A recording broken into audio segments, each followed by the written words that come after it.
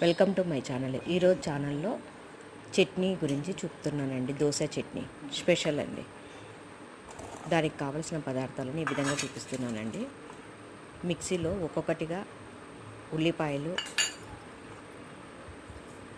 ఎండు కారము, ఉప్పు, టమోటాలు, జీలకర్ర, పప్పులండి, చట్నీ పప్పులు మిక్సీలో అలా వేసుకోవాలండి. ఇలా పేస్ట్ లాగా చేసుకొని మిక్సీ పట్టుకోవాలండి. అన్నీ కలిపి మిక్సీ పట్టుకుంటే ఇలా పేస్ట్ అవుతుందండి.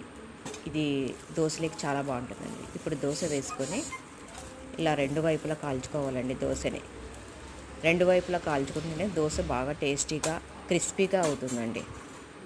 దోశని ఈ విధంగా కాల్చుకున్న తర్వాత దోశ మీద మనం చేసుకున్నాం కదండి ఎర్ర చట్నీ, రాయలసీమ స్పెషల్ చట్నీ అండి ఇది.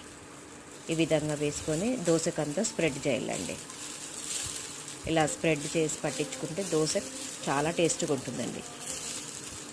ఇలా చట్నీ చేసుకుని దోశ మీద అప్లై చేసుకోవాలండి. ఇది రాయలసీమలో ఫేమస్ అండి. ఎర్రకారం దోశ అంటారండి.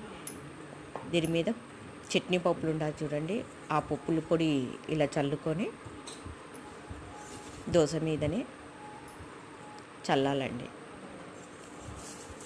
ఈ విధంగా కాల్చుకోవాలండి. ఇది చాలా టేస్టీగా ఉంటుందండి. ఇలా హోల్డ్ చేసుకొని దోశని మనం సర్వ్ చేసుకుంటే మన ఛానల్లో ఇలాగే దోశ ఇంకా ఎన్నో రెసిపీస్ వస్తాయండి.